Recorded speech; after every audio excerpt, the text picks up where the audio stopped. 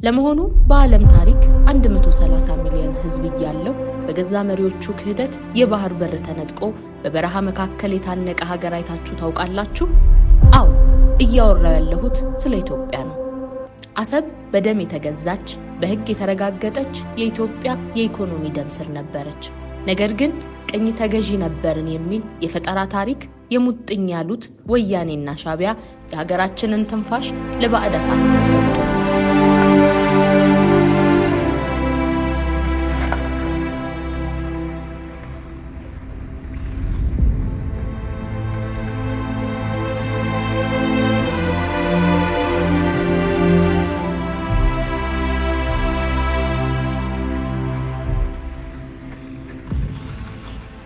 ዛሬ ለወደብ ኪራይ የምንገብረው በቢሊዮን የሚቆጠር ዶላር የልጆቻችንን መጻኢ ዕድል እየበላው ይገኛል። ኢራናውያንን ተመልከቱ።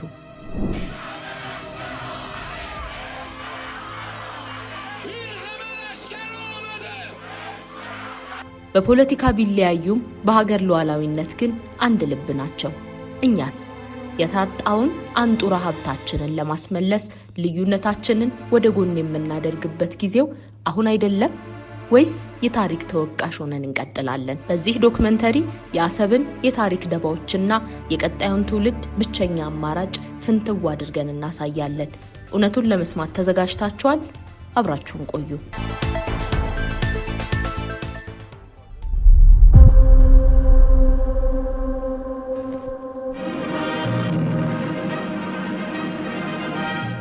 አቢሲኒያ በታሪክ ማህደር ውስጥ ስሟ በወርቅ ቀለም የተጻፈ የጥንታዊ የስልጣኔዎች ምንጭና የአፍሪካ የነጻነት ተምሳሌት ሆና ለዘመናት የኖረች ታላቅ ሀገር ናት። ይህች ሀገር የቀይ ባህር ንግሥት ተብላ የምትታወቅበትና የባህር በሯን አስከብራ የኖረችበት ታሪክ የሩቅ ጊዜ ትዝታ አይደለም። ከአክሱም ስልጣኔ ጀምሮ እስከ አጼ ምኒልክና አጼ ኃይለ ሥላሴ ዘመን ድረስ የኢትዮጵያ ክንድ እስከ ቀይ ባህር ዳርቻ ተዘርግቶ የንግድ መርከቦቿ በዓለም ባህር ላይ የተንሳፈፉ የሀገሪቱን ክብርና ብልጽግና ሲያውጁ ኖረዋል።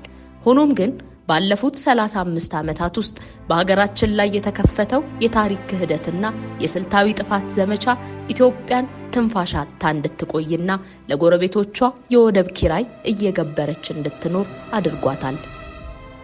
ይህ ዶክመንተሪ ዝም ብሎ ታሪክን ማውሳት ብቻ ሳይሆን የተነጠቀውን ብሔራዊ ማንነታችንን ለማስመለስ የሚደረግ የንቃት ጥሪና በክህደት የተዘጋውን የባህር በራችንን በሕግና በታሪክ አውድ የመክፈት ሙከራ ነው። አሰብ ዝም ብሎ የወደብ ስም ሳይሆን የኢትዮጵያ የኢኮኖሚ ደም ስር፣ የብሔራዊ ደህንነት መከታና በደም የተገዛ የአባቶቻችን ርስት ነው። ይህንን ሀቅ መካድ ታሪክን ከመካድ በላይ የትውልድ ክህደት ተደርጎ ሊወሰድ ይገባል።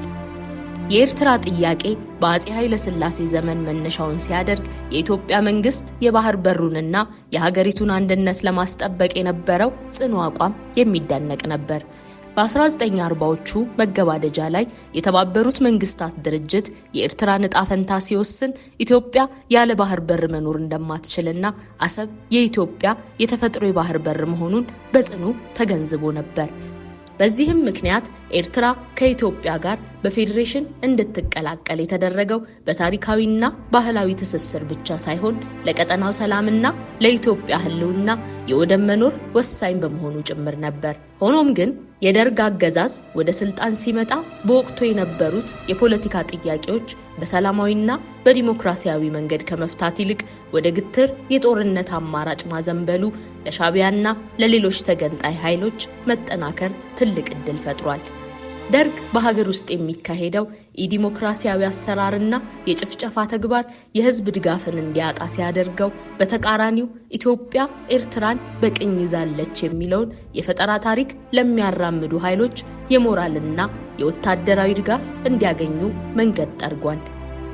በ1983 ዓመተ ምህረት በኢትዮጵያ ሰማይ ላይ የታየው የክህደት ደመና በሀገራችን ታሪክ ውስጥ ትልቁ ጠባሳ ሆኖ ተመዝግቧል።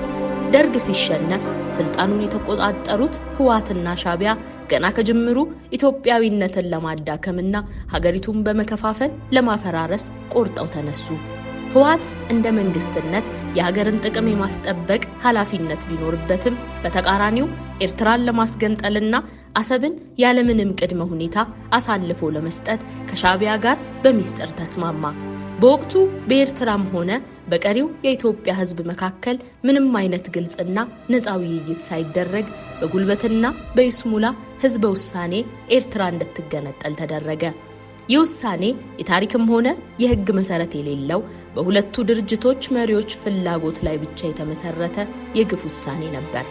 ህወሓት እንደ መንግስት ኤርትራን በተባበሩት መንግስታት ድርጅት እውቅና እንዲያገኝ ከመስራቱ በላይ አሰብን የኤርትራ አካል አድርጎ በማስረከብ ኢትዮጵያን በገዛ ፈቃዱ ወደብ አልባ ያደረገ በታሪክ ተጠያቂ የሚሆን ቡድን ነው።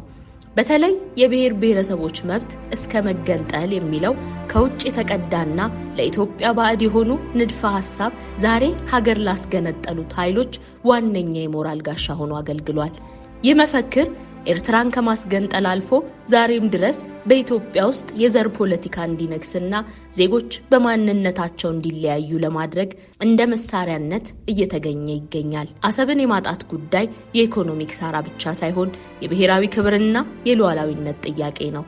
በዶክተር ያዕቆብ ኃይለማርያም መጽሐፍና በተለያዩ የታሪክ ሰነዶች እንደተገለጸው ኢትዮጵያ በአሰብ ላይ ያላት መብት በማንም ሊሻር የማይችል የተፈጥሮ መብት ነው። አሰብ በታሪክም ሆነ በሕግ የኢትዮጵያ አካል ስትሆን በወቅቱ የነበረው የህወሓት አገዛዝ ግን ይህንን የታሪክ ሀቅ በመደበቅና ህዝብን በማሳሳት ሀገሪቱን ትንፋሽ አሳጣት። ዛሬ ኢትዮጵያ ለወደብ ኪራይ በየዓመቱ የምታወጣው በቢሊዮን የሚቆጠር ዶላር የሀገሪቱን እድገት አንቆ የያዘና ዜጎችን ለድህነት የዳረገ ትልቅ ሸክም ሆኗል።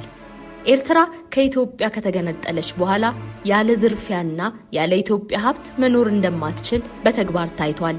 ሻዕቢያ ኢትዮጵያን እንደ ላም እየታለበች የምትኖር ሀገር አድርጎ በመቁጠር ኤርትራውያን በኢትዮጵያ ምድር ላይ የፈለጉትን እንዲነግዱና የሀገሪቱን ምርትና ሸቀጥ እንዲቆጣጠሩ ያደረገው ስልታዊ እቅድ መጨረሻው ግን የባድመን ጦርነት ወለደ። ነፃነት በዝርፊያ አይደምቅምና ላለፉት 25ና 30 ዓመታት በኤርትራ የታየው ድህነት፣ መፈናቀልና የአፈና አገዛዝ ኤርትራ ያለ ኢትዮጵያ ብቻዋን የመቆም አቅም ውስን መሆኑን በግልጽ አሳይቷል። በሌላ በኩል ኢትዮጵያ የኤርትራን ታሪካዊና ጥንታዊ ግዛትነት ብትቀበልም አሰብ ግን በማንኛውም መልኩ ለድርድር የማይቀርብ የኢትዮጵያ አንጡራ ሀብት መሆኑን ማጤን ይኖርባታል።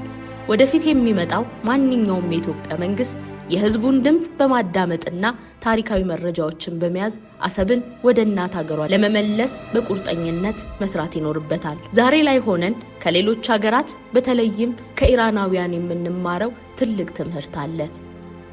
ኢራናውያን ከሀገራቸው መንግስት ጋር ከፍተኛ የፖለቲካ ልዩነትና ተቃውሞ ቢኖራቸውም ሀገራዊ ጥቅም በሚነካበትና የሀገር ሉዓላዊነት ላይ ጥቃት ሲሰነዘር ግን ሁሉንም ልዩነቶች ወደ ጎን በመተው ለአንድ ዓላማ ይቆማሉ። መሰረተ ልማቶቻቸውን ለመጠበቅና የሀገራቸውን ብሔራዊ ክብር ለማስከበር ያላቸው ጽናት ለዚህ ዘመናዊ ዓለም ትልቅ አርአያ ነው። እኛስ ኢትዮጵያውያን ፖለቲካዊ ልዩነቶቻችንን እንደተጠበቁ ሆነው በሀገር ሉዓላዊነትና በባህር በራችን ላይ ለምን በአንድነት አንቆምም? የታጣውን የአሰብ ወደብ ለማስመለስ የሚደረገው ጥረት ከንግግር ባለፈ በተግባር ሊታገዝ ይገባል። ይህ ትውልድ የቀድሞ መሪዎች የሰሩትን ስህተት ለማረም የታሪክ ደባዎች ፍንትው አድርጎ ለማሳየትና የተነጠቀውን ብሔራዊ ጥቅማችንን ለማስመለስ ቆርጦ መነሳት አለበት። የአልጀርስ ስምምነትም ቢሆን የኢትዮጵያን ብሔራዊ ጥቅም ያላስከበረና በጦር ሜዳ የተገኘውን ድል በዲፕሎማሲያዊ ጠረጴዛ ላይ እንዲከሽፍ ያደረገ ኢፍትሐዊ ስምምነት ነው። ህወሓት በዚህ ዙሪያ የሰራቸው ደባዎችና ሀገርን የመክዳት ተግባራት በትውልድ ዘንድ ሲዘከሩ ይኖራሉ። አሁን ያለው አዲስ ትውልድ የታሪክ እውነታውን በመረዳት አሰብ የኢትዮጵያ የነበረችና መሆንም ያለባት መሆኗን ማመን ይኖርበታል። ኢትዮጵያ ያለ ባህር በር መኖሯ የሚያስከትለው ጉዳት በኢኮኖሚ ብቻ ሳይሆን በዲፕሎማሲያዊ ክብራችንና በወታደራዊ ደህንነታችን ላይም ትልቅ ስጋት ነው። ስለዚህ የኢትዮጵያ የባህር በር ጥያቄ የፖለቲካ ፍጆታ ሳይሆን የህልውና ጥያቄ መሆኑን ተረድተን በዓለም አቀፍ መድረኮችና በህጋዊ መንገዶች ሁሉ መብታችንን ለማስከበር መታገል ይኖርብናል።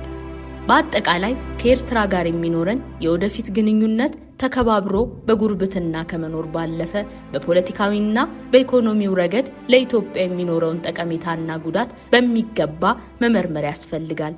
ኤርትራውያን በኢትዮጵያ ምድር ሀገራቸውን ለማበልጸግ ያላቸውን ቅዠት ማጤንና የኢትዮጵያ ብሔራዊ ጥቅም በምንም አይነት መልኩ አሳልፎ አለመስጠት አስፈላጊ ነው። አሰብ የኢትዮጵያ ናት። ይህንን ሀቅ ለማረጋገጥና የተነጠቀውን ሀብታችንን ወደ ቤት ለመመለስ ሁላችንም በአንድነት ልንቆም ይገባል። ልክ እንደ ኢራናውያን ለሀገራችን ክብርና ለትውልድ ብልጽግና ስንል የታሪክ ጠባሳ ለመፈወስና አሰብን የኢትዮጵያ ትንፋሽ ለማድረግ የምናደርገው ጉዞ በድል እንደሚጠናቀቅ ጥርጥር የለውም። ኢትዮጵያ በክብር ለዘላለም ትኑር። ውድ ተከታታዮቻችን ሐሳብ አስተያየታችሁን ከታች ባለው ኮሜንት ሴክሽን ቦክስ ላይ ያሳውቁን። በድጋሚ እስክንገናኝ ሰብስክራይብ፣ ላይክ፣ ሼር፣ ኮሜንት ማድረግ እንዳይረሳ። ቸር ሰንብቱ።